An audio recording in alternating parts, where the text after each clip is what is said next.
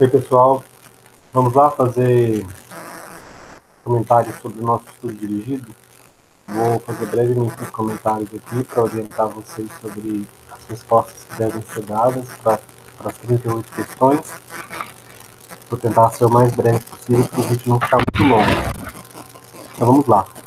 Qual o mecanismo de ação dos analgésicos não opioides como dipirona, paracetamol e trometanol? Tá, o mecanismo de ação aqui, gente, é desconhecido. A gente sabe que os três são anti-inflamatórios não esteroidais, bloqueiam COX. Mas a gente sabe que eles são fracos bloqueadores de COX, mas são bons analgésicos.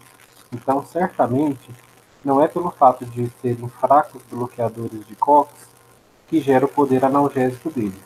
Então, embora não sejam anti-inflamatórios, propriamente ditos, porque bloqueiam a COX como os demais ANIs, mas bloqueiam muito fracamente, eles têm um poder analgésico leve e moderado. O trometanol, o cetorolaco, muitas vezes tem um poder analgésico para dor, inclusive, mais intensa.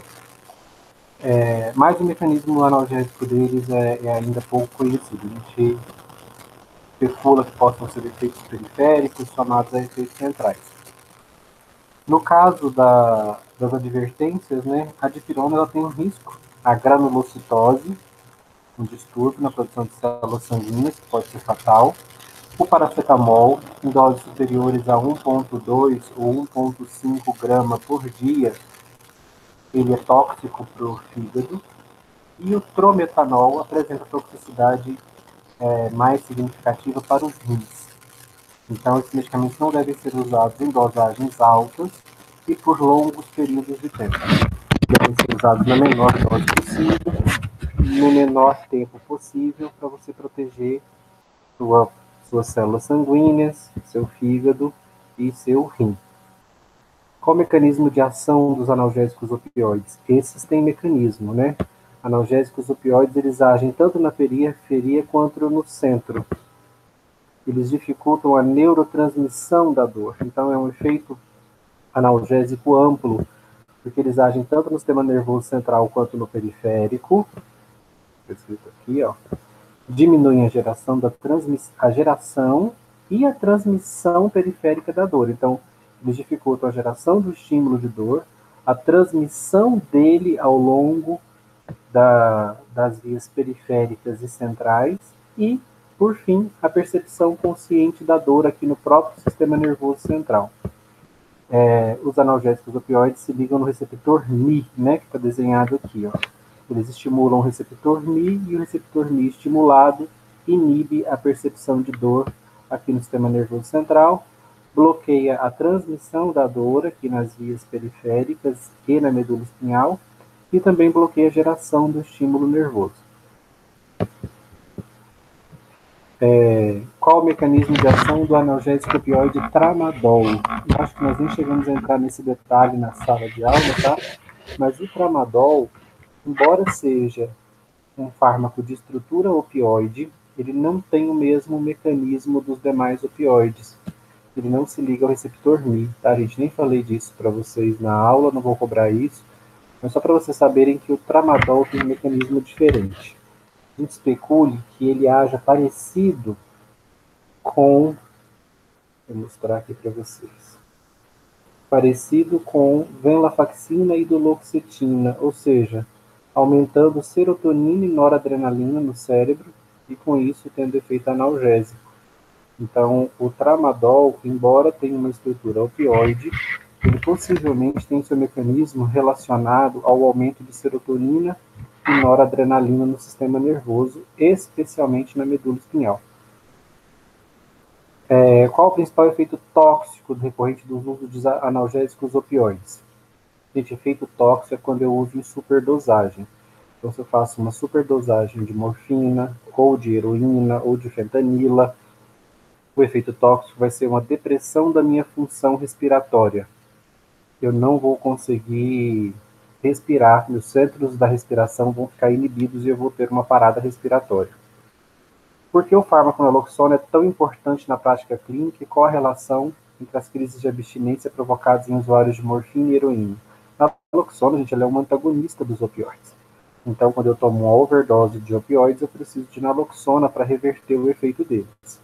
Só que como os opioides provocam dependência física e psíquica, normalmente quando você aplica naloxona numa pessoa que tomava morfina e heroína há muito tempo, como ela bloqueia o efeito desses fármacos, o indivíduo apresenta de cara, de imediato, uma forte síndrome de abstinência, podendo até mesmo convulsionar após uma aplicação de naloxona, mas na verdade são sintomas de uma síndrome, né, de sintomas de abstinência, da morfina, da heroína ou de qualquer opioide. Porque como ela bloqueia as ações desses fármacos, da morfina, dos opioides em geral, ao bloquear, o corpo de imediato já sente falta do efeito dessas substâncias e dá vários sinais físicos, né, sintomas, tremor, taquicardia, irritabilidade, né, pode até mesmo ter convulsões, sudorese. Caracteriza dependência química do tipo física e suas consequências. A dependência física, gente, é quando o uso constante de uma substância química adapta as nossas estruturas do sistema nervoso a esse tipo de estimulação. Na falta dessa substância, o nosso sistema nervoso central desencadeia uma série de sintomas desagradáveis: tremor, taquicardia, mau humor, agressividade. Esses sintomas desagradáveis a gente caracteriza dentro de uma síndrome de abstinência, ou seja, da falta da droga que gerava dependência física.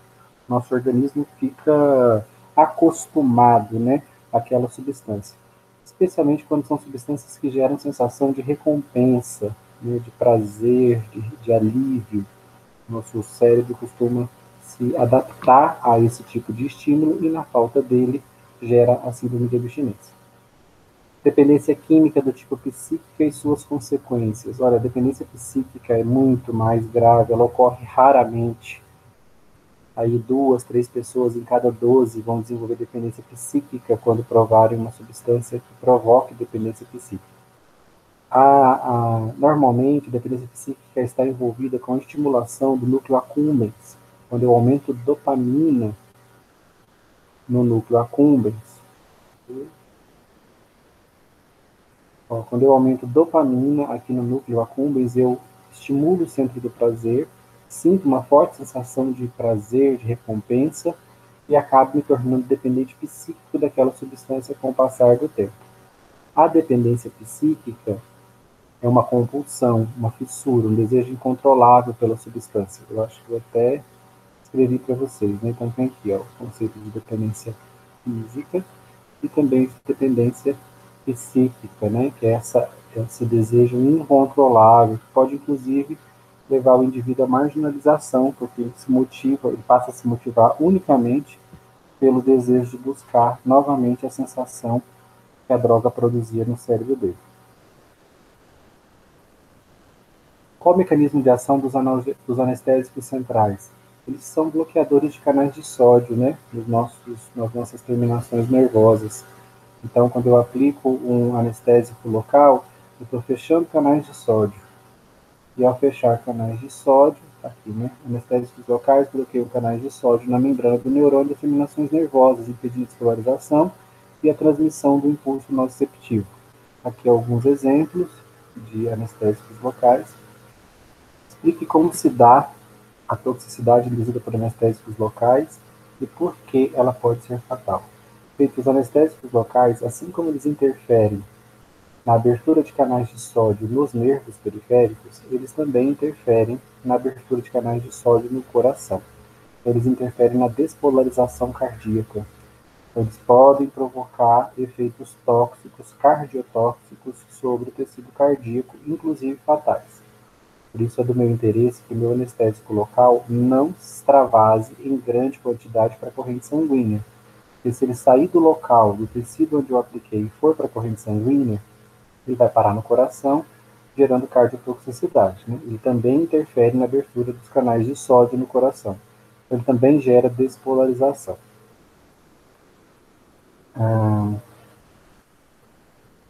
Quais as principais diferenças anestésicos locais? Lidocaína e bupivacaína, no que se refere a formas farmacêuticas disponíveis e duração de ação. Vocês vão ver, gente, que a lidocaína tem até em formulações tópicas, enquanto a bupivacaína é injetável. E eu queria que vocês buscassem essa informação no livro, porque no livro ele tem uma história da descoberta dos anestésicos locais. Eu até quero mostrar isso para vocês.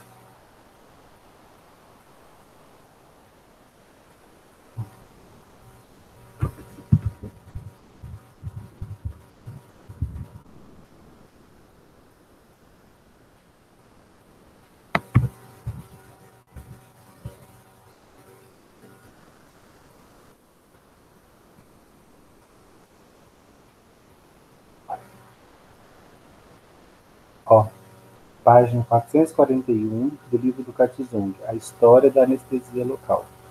Vocês vão ver que a gente tinha anestésicos que tinham uma ação muito curta, e aí nós desenvolvemos anestésicos com uma ação um pouquinho mais longa. E aí a gente, essa necessidade, aí com isso a gente acabou, descobrindo a lidocaína. A lidocaína foi o primeiro de uma série de anestésicos locais do tipo aminamida, que passaria a dominar a segunda metade do século XX. A lidocaína tinha uma duração de ação mais favorável do que a procaína, ou seja, durava mais tempo o efeito anestésico, e menos tóxica sistemicamente do que a tetracaína. Porque a tetracaína, se ela extravasar para a corrente sanguínea, ela tem mais toxicidade sobre o coração. O que é minha busca num anestésico local?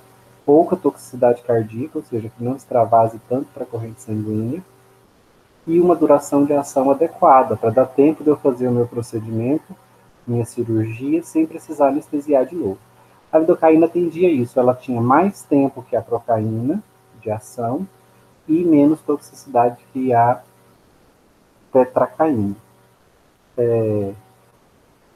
Depois, vamos chegar aqui, entretanto, algumas aplicações exigiam um bloqueio mais prolongado do que o proporcionado pela lidocaína, ou seja, algumas cirurgias locais são demoradas, ou alguns procedimentos mais invasivos exigiam um bloqueio da neurotransmissão dos canais de sódio mais intenso, mais longo do que o que a lidocaína provocava.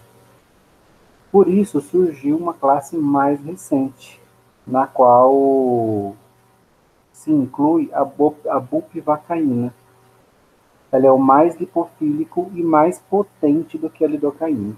Tá? Então, a grande diferença que eu estou pedindo para vocês aqui, depois leiam isso aqui tudo, tá?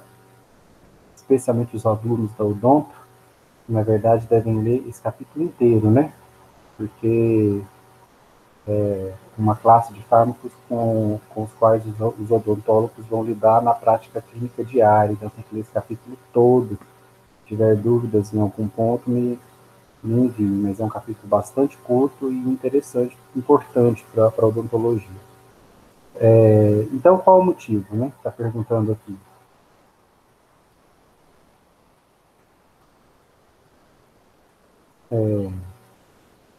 A lidocaína, ela tem uma ação mais curta que a bupivacaína, e para procedimentos mais simples, né, e menos duradouros. A bupivacaína é para procedimentos mais extensos e mais duradouros, né, cirúrgicos. E a lidocaína encontra até na forma de pomada.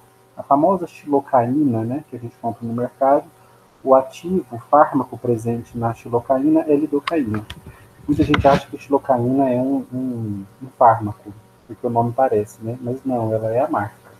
Na marca de pomadas xilocaína, o anestésico local que tem nela é lidocaína. A bupivacaína não, então existe na forma injetável, né? Usada para procedimentos aí de bloqueios de grande volume, né? Mais demorados.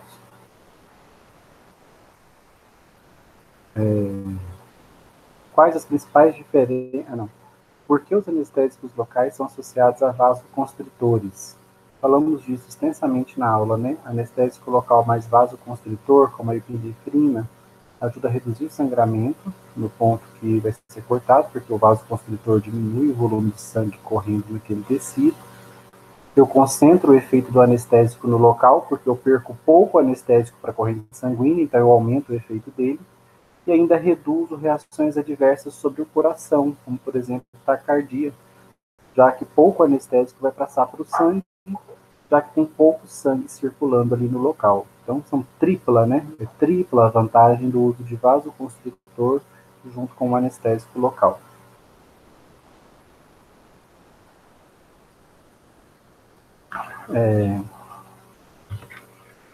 Quais os 5 efeitos neurofisiológicos que caracterizam uma anestesia geral? A anestesia geral, gente, ela tem dois objetivos básicos. O principal deles é analgesia, que eu não sinta dor. Então, eu não posso sentir dor durante o procedimento anestésico. A analgesia é meu primeiro objetivo. Qual que são os meus outros objetivos? Eu não quero me mexer, eu não quero ter espasmos musculares, nem na minha musculatura esquelética, nos meus músculos voluntários, nem na minha musculatura lisa das minhas vísceras. Não quero o intestino se mexendo, com peristalse, enquanto estou fazendo uma cirurgia.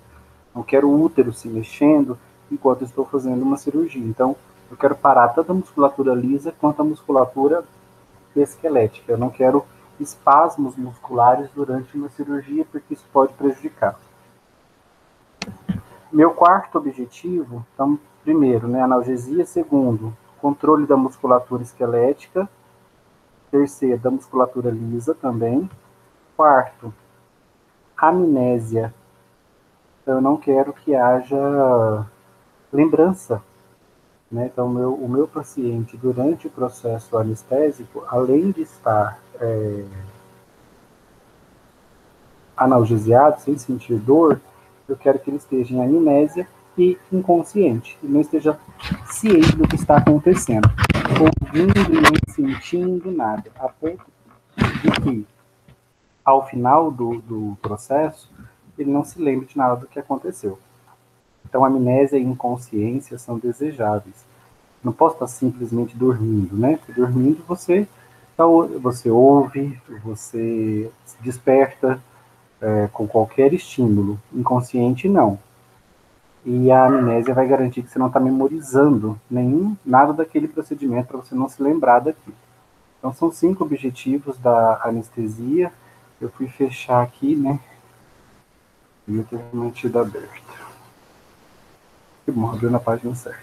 Só para vocês verem aqui o capítulo sobre anestesia geral, ele vem logo depois do capítulo de anestésicos locais. Tá, eu pulei.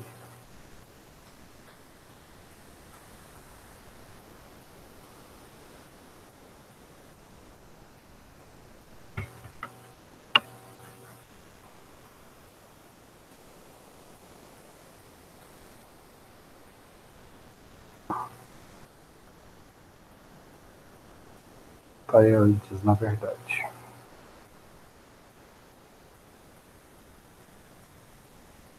Aqui, capítulo 25, tá? Que fala de anestésicos gerais.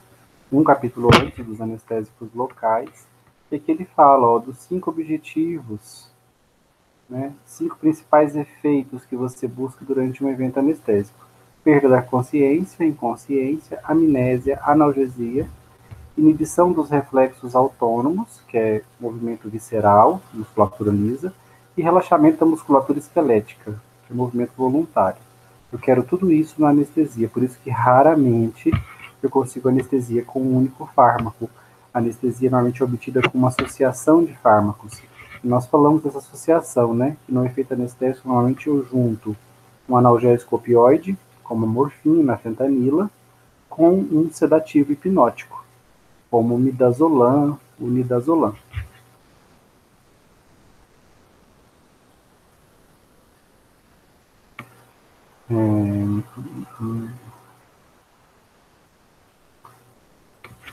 Quais os principais... Aponte uma vantagem e uma desvantagem do uso de anestésicos gasosos quando da opção de anestésicos intravenosos. Tá, gente, os intravenosos, eles podem provocar uma anestesia mais prolongada que os gasosos. Nós não falamos disso na aula, tá? Também não vou cobrar isso de vocês, a gente não entrou tanto em anestesia. Os anestésicos gasosos podem gerar uma anestesia de duração mais curta que os intravenosos. E a grande diferença em termos de público, né, é que os gasosos normalmente são feitos em crianças, tá? E os anestésicos já intravenosos são feitos em adultos. Quais os principais riscos relacionados à anestesia geral? Lembra, né? Lembra dos... Nós escrevemos isso, os níveis de depressão do sistema nervoso central, sedação, analgesia, hipnose, anestesia, coma, depressão cardiorrespiratória e morte. Então, a anestesia, ela está um nível de depressão respiratória acima do sono, da hipnose, e abaixo do coma. Então, o estado anestésico pode flertar tanto com o coma quanto com o sono. Se eu ficar no sono, é perigoso. Se eu voltar para o sono, é perigoso acordar durante a cirurgia. Se eu entrar em coma, o perigoso é durante a cirurgia eu ter uma parada cardiorrespiratória. Então, o risco da anestesia é porque o fármaco leva a um nível de depressão do sistema nervoso central muito próximo do limiar do coma. Então, é bastante difícil trabalhar nesse ambiente aqui, ó.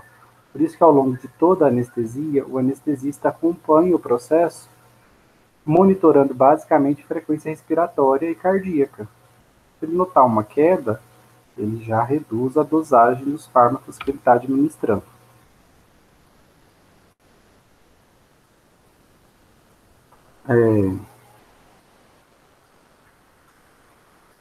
Então, por que a anestesia geral raramente é alcançada pelo uso de um único fármaco? Questão aí 15. Gente, porque ela tem vários objetivos, né? Então, dificilmente um fármaco conseguiria me deixar inconsciente, abolir a dor, bloquear a musculatura lisa e esquelética, gerar amnésia. Então, para conseguir tudo isso, normalmente eu associo um sedativo hipnótico com um poderoso analgésico opioide. Então, pelo menos essa associação eu faço. Até um bloqueador muscular eu posso usar, se for necessário. Porque o bloqueio de canais de sódio e também canais de cálcio provocam depressão do sistema nervoso central. Nós vamos ter que lembrar o processo de neurotransmissão. Tem que lembrar, gente, que para um neurônio transmitir o impulso nervoso, despolarizar, para ele transmitir o impulso nervoso, para ele despolarizar, ele tem que abrir canal de sódio. Então,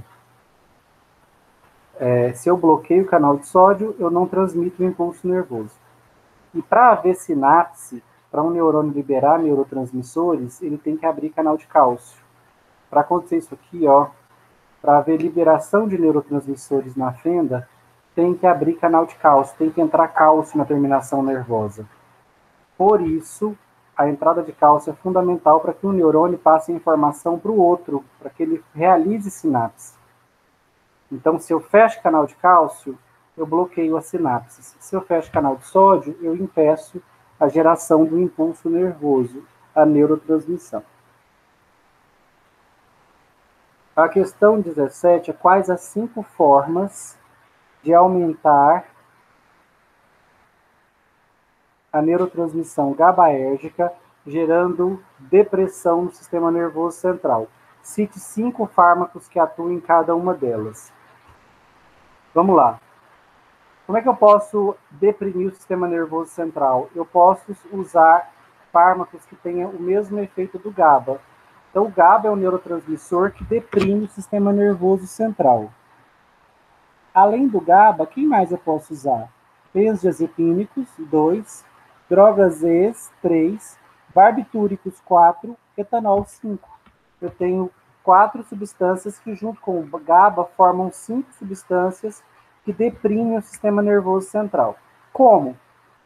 Agindo em associação ao GABA, ligando no receptor GABA-A, abrindo o canal de cloreto, cloreto entra e hiperpolariza o neurônio. Quanto mais hiperpolarizado o neurônio, mais deprimido fica o sistema nervoso central.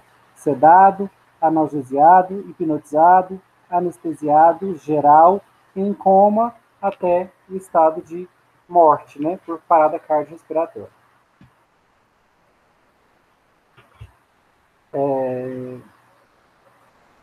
Em quais situações clínicas a depressão do sistema nervoso central por estimulação da via GABAérgica é desejável?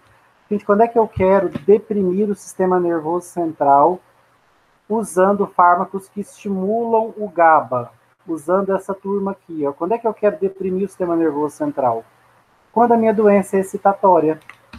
Quando é dor, eu quero deprimir a sensação de dor. Quando é epilepsia, eu quero deprimir o transtorno epilético, a neurotransmissão exagerada que tem na epilepsia. Insônia, quando o meu sistema nervoso central está muito ativado, eu quero deprimir ele. Então, quando é que eu vou usar vias GABAérgicas? Eu vou estimular o GABA, abrir o receptor GABA-A. Em quais situações? Sempre que a minha doença do sistema nervoso for excitatória, por insônia, por epilepsia, por dor. Por isso que eles são usados, por ansiedade, né? Crises de ansiedade. Por isso que esses fármacos são usados como tranquilizantes, ansiolíticos, analgésicos, medicamentos hipnóticos para dormir, anestésicos. É por isso, porque eles deprimem doenças excitatórias. Então, eu só quero estimular a via GABAérgica, que deprime o sistema nervoso, quando a doença que eu tenho é excitatória. O sistema nervoso está estimulado demais. Por que fármacos GABAérgicos benzodiazepínicos provocam dependência? Gente, se provoca dependência, a via é sempre a mesma, tá? É porque estimula a liberação de dopamina no núcleo accumbens. Sempre que uma substância provocar dependência, ela libera dopamina no núcleo accumbens, gera uma sensação de prazer, uma sensação de recompensa, e por isso nós acabamos desenvolvendo dependência. Explique os mecanismos de tolerância farmacêutica, tolerância farmacológica, né? A tolerância é quando a dose usual de um medicamento já não faz mais o mesmo efeito que ela fazia anteriormente. Nesse caso, o que houve com esse indivíduo? Anotem aí que nós não falamos disso. Não vou cobrar também na prova, mas é importante vocês saberem. Como é que eu posso ter diminuído a minha resposta a um fármaco? Pode ser porque eu diminui o número de receptores a esse fármaco. Então, agora eu tenho menos receptores para esse fármaco que eu estou usando constantemente. O meu corpo, para se proteger desse estímulo insistente, ele diminui o número de receptores. Então, agora eu tenho menos receptores para esse fármaco.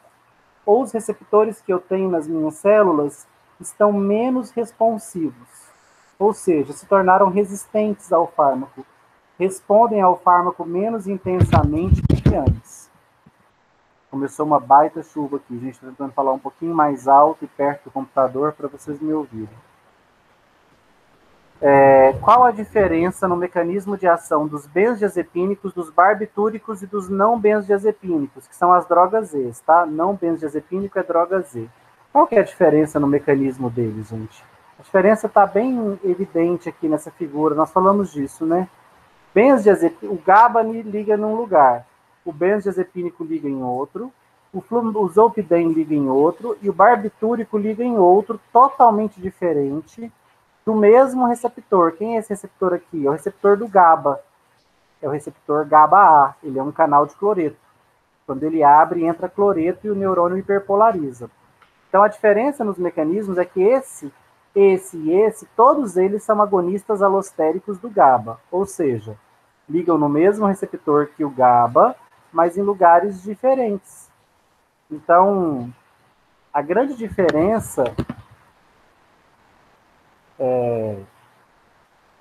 no mecanismo de ação dos benzodiazepínicos, barbitúricos e não benzodiazepínicos, que são as drogas Z, é o local que eles ligam no receptor GABA-A. Cada um liga num lugar diferente. Qual a relevância clínica do flumazenil? Temos que retornar na nossa figura aqui, para a gente ver que o flumazenil é um fármaco que se liga na mesma região que os benzodiazepínicos e o zolpidem. Então, ele consegue competir com esses fármacos. Por isso, o flumazenil é um antagonista dos benzodiazepínicos e do zolpidem. Se eu tiver uma intoxicação com droga Z, não benzodiazepínica, né, como o Zolpidem, ou com benzodiazepínicos, como diazepam, clonazepam, midazolam, o uso de Zolpidem pode me salvar. Ele vai, desculpe, o uso de flumazenil vai me salvar, porque ele vai se ligar ao receptor GABA, e ao contrário desses daqui, que abrem o receptor GABA, o flumazenil vai fechar.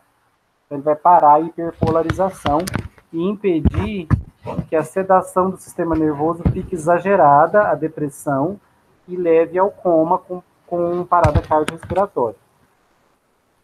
Então, o flumazenil, a grande vantagem é que ele é um antagonista dos benzodiazepínicos e do Zolpidem. Mas é super importante de lembrar, né? Flumazenil não é antagonista dos barbitúricos. Então, não adianta querer reverter uma intoxicação com barbitúricos, com fenobarbital, por exemplo, o famoso Gardenal. Se o indivíduo tomou uma cartela de Gardenal e estiver provocando extrema hiperpolarização dos seus neurônios, estiver entrando em coma, não adianta eu usar flumazenil para reverter o efeito do fenobarbital, porque o fenobarbital é um barbitúrico, ele se liga no mesmo receptor, mas num lugar muito diferente de onde o flumazenil se liga. Por isso o flumazenil só reverte os efeitos de benzodiazepínicos e de não benzodiazepínicos, como as drogas Z, que se ligam na mesma região que o flumazenil.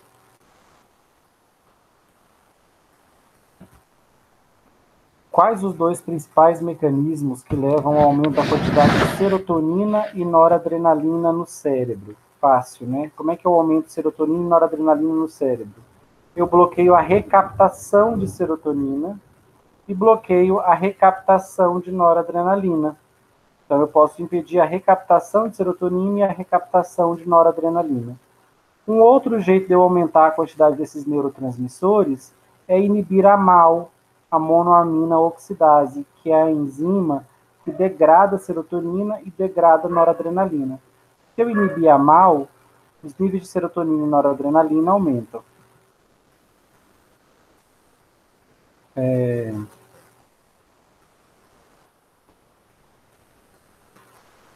Por que fármacos antidepressivos também são usados como ansiolíticos?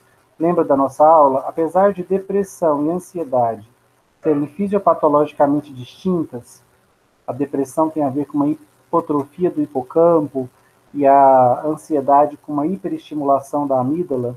Nos dois casos, os pacientes demonstram melhoras quando os níveis de serotonina e noradrenalina no cérebro deles são aumentados, quando esses fármacos permanecem mais tempo na fenda sináptica. Então, antidepressivo também é usado como ansiolítico porque as duas doenças respondem ao mesmo mecanismo, ao aumento de serotonina e ao aumento de noradrenalina na fenda. Aumentando esses dois neurotransmissores, tanto o indivíduo volta a demonstrar alegria e motivação, ou seja, a depressão está sendo tratada, e ele passa a sentir menos medo e menos preocupação, menos angústia, ou seja, a ansiedade também está sendo tratada. Quais as outras patologias tratadas por antidepressivos, além dos distúrbios de ansiedade patológica? Não, acho que eu pulei alguma coisa aqui. Qual o principal risco relacionado ao uso dos inibidores da monoamina oxidase? Gente, o principal risco é eles aumentarem demais os níveis de serotonina no cérebro, gerando a síndrome serotonérgica, porque eles bloqueiam a degradação de serotonina, porque inibem a MAO. Com a MAO inibida, a serotonina não é degradada e ela se acumula. Posso ter uma síndrome serotonérgica. E a MAO também degrada a tiramina, uma monoamina que tem no queijo. Então, se a gente comer queijo com a MAO inibida por um desses fármacos, a tiramina pode provocar uma reação tóxica no nosso corpo, semelhante a uma descarga adrenérgica. Então, são os dois motivos. A gente fica com a MAO inibida, a gente fica sensível à tiramina do queijo, a gente não consegue metabolizá-la, e ela gera uma síndrome tóxica no nosso corpo. encontrar que a quantidade de serotonina no cérebro pode ficar muito alta e a gente tem uma síndrome serotonérgica. Mecanismo de ação de cada uma das classes de antidepressivos. Isso que é importante vocês saberem. Ó. Imal bloqueia a monamina oxidase, então ele para a degradação de serotonina e noradrenalina, por isso que aumenta a quantidade delas. Tricíclico, inibidor da recaptação de serotonina, inibidor da recaptação de serotonina e noradrenalina, todos são inibidores de recaptação. Tricíclico inibe tanto a recaptação de serotonina como noradrenalina, se liga no SERT e no NET. Aqui, a primeira escolha só inibe a recaptação de serotonina, só liga no SERT. E esse aqui também se liga nos dois, com a diferença que ele se liga de uma forma específica, com menos efeito adverso do que os tricíclicos. Que liga no SERT, liga no NET, mas liga em mais vários outros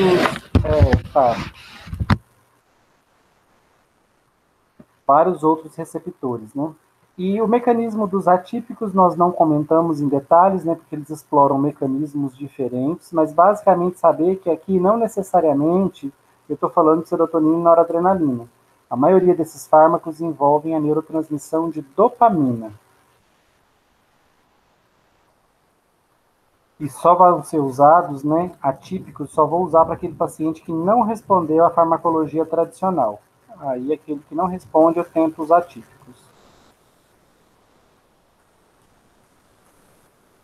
Quais outras patologias tratadas por antidepressivos, além dos distúrbios de ansiedade patológica? Gente, os distúrbios de dor, né, de dor neuropática.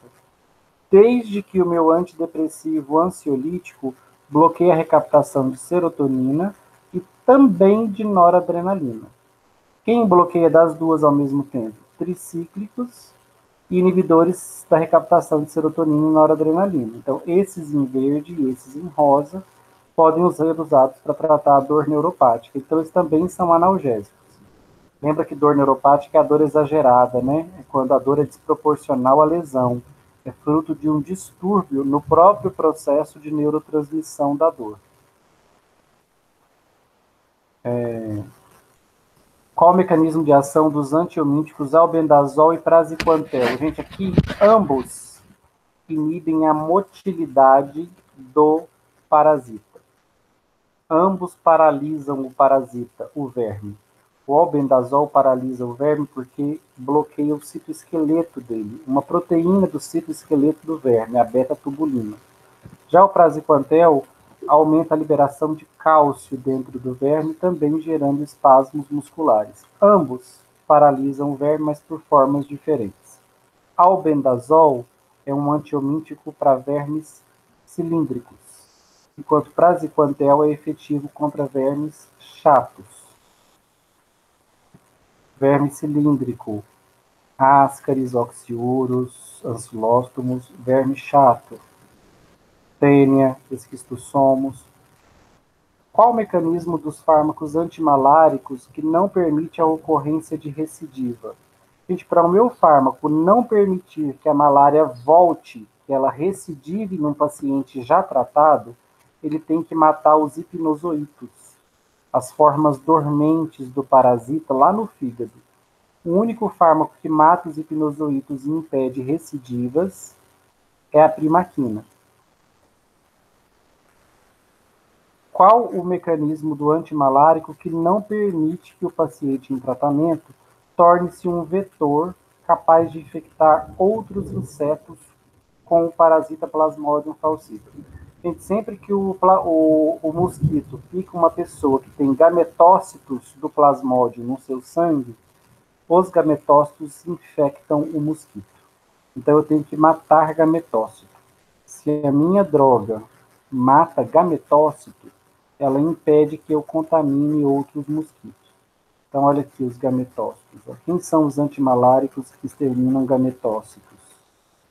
Artemisininas, cloroquina. Por isso que cloroquina é a primeira escolha, mas ela tem toxicidade cardíaca. Se a pessoa não suportar a cloroquina, você dá artemisinina para o paciente. Quinina também mata, e a torvacona mais proguanila, mais ou menos, né, também. A única que mata o hipnozoíto, que é a forma dormente no fígado, que vai gerar recidiva depois de ter tratado o paciente é a primaquina. Mas artemisininas e cloroquina são a primeira escolha para o plasmódio falciparum. Primeiro cloroquina, mas ela é tóxica para o coração. Se o paciente não tolerar, artemisinina. Muita gente prefere já começar com artemisinina e evitar a cloroquina. Experimentou grande fama aí, né, durante a Covid-19. Quais os 4 principais mecanismos de ação dos antibacterianos? Nem são 4, né? São 5 que nós discutimos, mecanismos. Está desatualizado aquilo ali. Acho que no passado eu não incluía a formação de radicais livres, tem que corrigir isso. Então são esses 5. Desestruturar a parede, a membrana, parar a síntese de proteínas bacterianas, parar a duplicação do DNA bacteriano ou gerar radicais livres e produzir estresse oxidativo. Esse mecanismo eu não citava no passado, por isso que está 4 aqui, mas são 5, tá? E te explique os 4 possíveis mecanismos de resistência microbiana a antibióticos. Aqui eu também falava em 4 na época, né? Hoje eu falo em 5. Hoje eu falo também dos biofilmes bacterianos. Tem que atualizar esse negócio aqui. Então, tá aqui, né? 1, 2, 3, 4 e biofilme o quinto. 5 mecanismos de resistência bacteriana.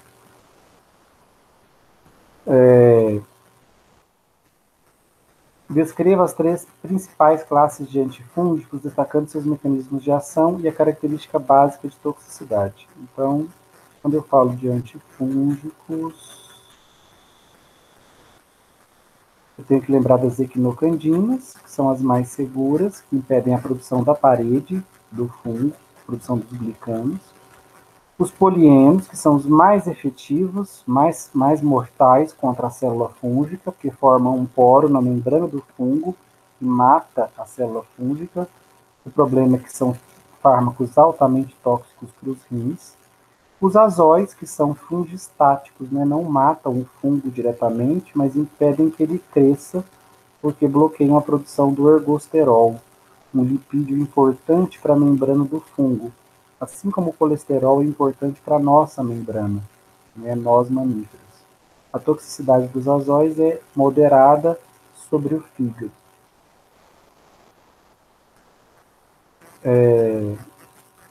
Por que há poucos antifúngicos disponíveis comparado à diversidade de antibacterianos? Tem pouco antifúngico porque, em relação a antibacteriano, porque fungo também é eucarioto, assim como a célula de mamífero. Então é difícil achar um alvo para matar a célula do fungo e também não afete a célula de mamífero. Com bactéria é mais fácil, porque bactéria é procarioto, um tipo de célula mais antigo, que tem menos similaridades com a célula de mamífero, com a nossa célula. Lembrando que eu sempre busco antibióticos que matem o patógeno, a bactéria, o vírus, o fungo, sem matar a minha célula, né? A célula de mamífero. Quais formas um vírus pode ser impedido de infectar as outras células do corpo? Então, beleza, ele vai ter infectado uma, né? Mas como é que eu impeço ele de infectar outras células? Aí tem que lembrar desse esqueminha aqui, ó. Eu posso impedir o vírus de se ligar na célula, posso impedir ele de entrar. Depois que ele entra, eu posso impedir ele de se desnudar. O que é se desnudar? É abrir a sua cápsula e liberar seu material genético. Posso impedir que ele se multiplique, que ele multiplique as suas proteínas e que ele multiplique o seu material genético. Posso impedir que ele se remonte, né, que forme novas partículas virais e, por fim, posso tentar impedir que essas partículas montadas, esses novos vírus, saiam da célula infectada. Posso mantê-los presos aqui dentro. Eu tenho várias técnicas para impedir a multiplicação viral, embora muitos vírus sejam capazes de fugir de todas elas. É o caso do SARS-CoV-2 que causa a Covid-19, né? Nós tentamos todas essas estratégias aqui, ó, fármacos já existentes que impedem a ligação, impedem o desnudamento, a multiplicação, impedem a saída do vírus. Nenhum deles se mostrou efetivo para impedir a propagação do SARS-CoV-2, infelizmente, né? Aí tivemos uma pandemia. Quando tivemos a gripe aviária em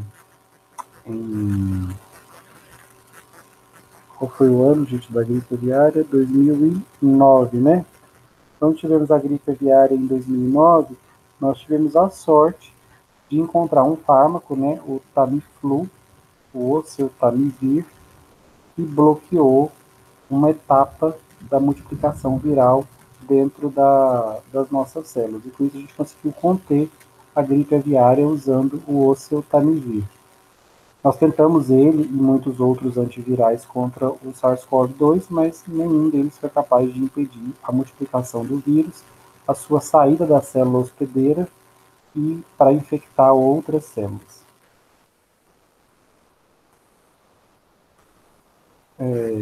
Por que a quimioterapia antineoplásica é tão tóxica? Gente, porque ela visa impedir a multiplicação da célula bacteriana, da célula neoplásica do câncer, mas a célula neoplásica é uma célula própria nossa, né? É uma célula do nosso organismo.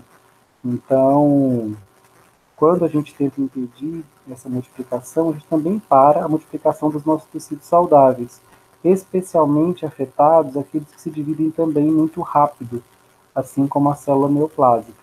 Então, pele, mucosas, tecidos produtores das células sanguíneas, né, tecido hematopoético, tecido imunológico, todos eles sofrem muito. Descreva os principais mecanismos de ação antineoplásica discutidos detalhadamente. Então, vamos lá. A gente falou que tem, primeiro, são cinco mecanismos, né? Eu posso parar a mitose. Tenho 3 estratégias para danificar a estrutura do DNA da célula tumoral. 3 estratégias para parar a duplicação do DNA da célula tumoral. E aí, na resposta, pode explicar cada uma dessas 3 e cada uma dessas 3.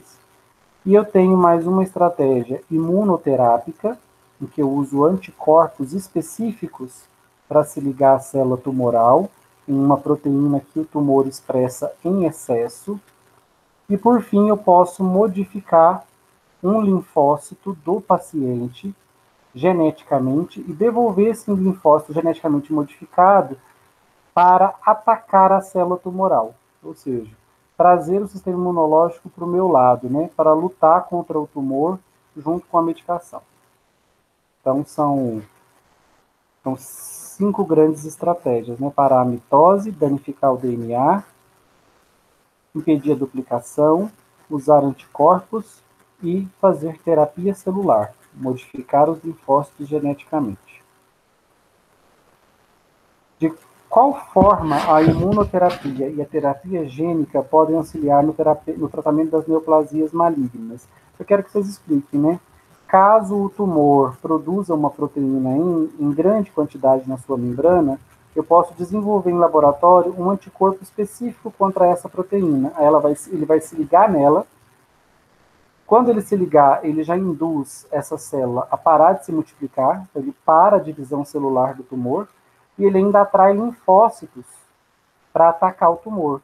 Porque uma vez marcado com anticorpos, os linfócitos reconhecem que o tumor é uma célula que deve ser destruída. Na terapia celular, como eu disse, né, eu retiro linfócitos do paciente que estão inativos, que não estão atacando o tumor, modifico eles geneticamente para que eles passem a atacar o tumor. Eu devolvo eles para a circulação sanguínea do meu paciente, geneticamente modificados, e agora eu tenho células de defesa ajudando no combate à célula neoplásica ao câncer. Certinho? Longo estudo dirigido, finalizado. Vou tentar postar para vocês. Eu estou com um probleminha de upload, espero conseguir.